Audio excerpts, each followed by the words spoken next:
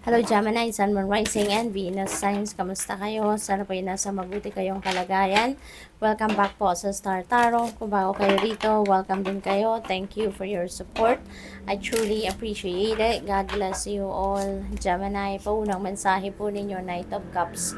Ayan. So, if you're still single, no? Baka kayo ay magbubukas ng inyong puso.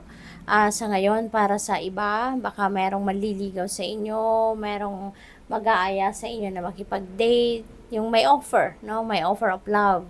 Dito ang iba sa inyo. Kaya good luck sa iyo dyan.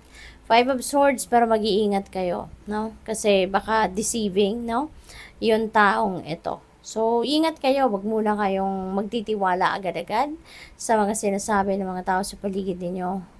Or, pwede rin na magmased, be a keen observer, at saka gamitin ninyo, no, yung intuition ninyo lagi when you are dealing with people, no? Dahil you never know kung sino, 'di ba? Yung maaaring honest at hindi honest, 'di ba? Hangga't hindi mo nakikilala ng malalim or ng mabuti, no, yung tao. For some of you, baka meron ditong naging kaaway, naging kasagutan, 'di ba? Or pwede rin na conflict ito na internal, no? Pwedeng internal conflict. Pwedeng ang iba sa inyo, kung meron nga naliligaw sa inyo or meron nag-iimbita sa inyo na makipag-date, baka nalilito kayo sa ngayon kung pagbibigyan nyo ba or hindi. Bibigyan nyo ba ng pagkakataon ng taong ito or hindi. Or possible din na yung kinalilito ng iba sa inyo rito is kung sino yung pipiliin ninyong sasamahan or sino yung nagugustuhan ninyo. Kasi maaaring hindi lang isa yung nanliligaw sa inyo. No? So, possible na ganun. Kaya, nagkakaroon ng internal conflict ang iba. King of Wands, maaaring yung nanliligaw sa inyo rito. Siguro, baka isa siyang manager, baka nasa mataas na posisyon ang kanyang trabaho, no, sa kumpanyang pinagtatrabahuan niya, or baka opisyal ng gobyerno, something like that. Pwedeng matured na din siya, no, yung nandiligaw siguro sa iba sa inyo. For others of you na wala namang ganong sitwasyon, no, walang inclination towards love life, baka ang iba sa inyo will be promoted to a leadership role, no. So pwedeng kayo ay mapopromote, no, na maging manager, maging supervisor, 'di ba? Maaring ganon. Pwede rin, ano, Gemini, na ang iba sa inyo dito will be putting up a new business, no? Baka yan ay negosyo na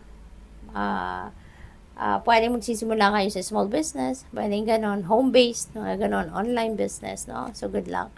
Star, wow. No, napakaganda. This is new hope, new optimism, new beginning. So, definitely meron kayong sisimulang bagong chapter sa buhay ninyo rito. At kung saan man ang path na dapat ninyong puntahan will be illuminated for you. No, will be revealed to you. So, napakaganda. Kasi gagabayan kayo ng universe dito. Papunta doon sa bagong daan kung saan kayo dapat pumunta. So that you can start a new life. So that you can start a new beginning, no? So, good luck sa'yo. Wish fulfillment din yan sa Star. Kaya maaaring meron kayong wishes dito na magka-come to fruition na. Merong mga wishes kayo na makukuha nyo na. Matatanggap nyo na. We have curiosity. Ayan. So, Gemini, ang iba sa inyo dito, maaaring meron kayong mission, no? Na gusto ninyong meron kayong gustong diskubrehin, meron kayong gustong matutunan. Probably, you're expanding your knowledge or expanding your education, no? So, pwedeng ganon. Kaya, Gemini, pwedeng mabibisi kayo, no? Pwedeng mabibisi kayo ngayon kasi nagdi-diskarte kayo, no? Maybe nag-strategize kayo how you're going to find out. Kasi feeling ko dito, dinidiscover ninyo ito or didiscoverhin ninyo ang bagay na to on your own. Maybe you're going to do your own research, no? Or baka nag-feasibility study kayo na mag-isa talaga. Diba? Yung kayo lang, yung sinisekreto nyo siguro ito. Kung ano man ang gusto ninyong matutunan dito or madiscover, you're doing it by yourself lang. So, what else? We have the authentic self. Wow, Gemini. Napakaganda nito kasi finally, baka maglalakas ng loob na kayo rito na magpakatotoo na kayo sa inyong sarili. Kasi siguro, in the past, no, you're wearing a mask, 'di ba? Na pwedeng you are pretending to be someone else, 'di ba? Or baka gusto mo, you are, maybe it's your choice, na gusto mong mag-pretend kayo to be somebody else, no? Rather than by yourself. So, pwedeng ganon. Pero ngayon, siguro mas marirealize mo na, teka lang, parang nabibili ka ng ganon. So, papaano naman yung sarili mo mismo? Papaano naman yung sarili mo kagustuhan, 'di ba? Yung sarili mong diskarte, sarili mong ideas, 'di ba? Baka hindi mo nagagawa yon, hindi mo na ilalabas yon kasi parang siguro you are pretending to be somebody else to please someone, no? Or to please other people. Yun ang napipick up ko dito, no? At baka ngayon gusto mo ng ikaw na, no? Ikaw na to. Kung ano yung gagawin mo, ito yung gusto mo. Ito na yung sa tingin mo makakabuti para sa'yo, no? So, that's good na maglalakas ng loob ka na palayain ang sarili mo from pretending to be someone else, no? So, we have forgiveness. And so, merong pagpapatawad, no? So, which is good. Kasi, di ba, kung meron kayong hindi pagkakaintindihan with another person, kung meron kayong away, so at least ngayon magkakabati na kayo. May acceptance na, may forgiveness na. So which is really good kasi makakatulong na to sa iyo ng malaki na malumuwag, no, yung inyong pakiramdam. Kasi 'di ba kapag nagpapatawad tayo, parang nabubunutan tayo ng tinik sa dibdib, which is really good.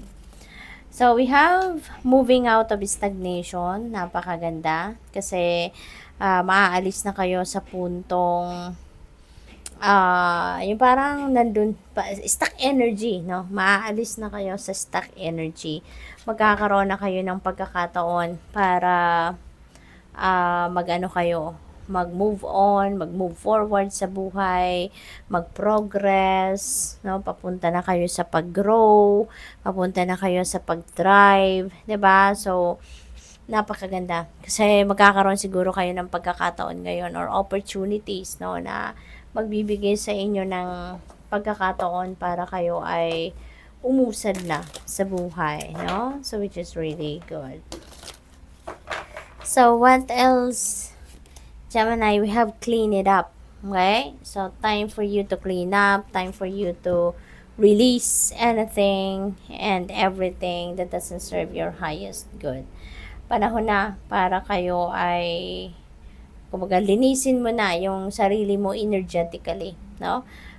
Maybe there are negativity then sa isip ninyo, sa puso ninyo, so tanggalin nyo na yan. Anything, bagay, sitwasyon, mga gamit, no, that doesn't serve your highest good anymore, kailangan na din ninyong tanggalin yan, no, sa ngayon, para nang sa ngayon talagang malinis ang paligid, malinis yung makikita ng inyong mga mata, malinis yung energy, no, sa inyong living space. All that glitters. Ayan. So, this is a reminder para sa'yo, no?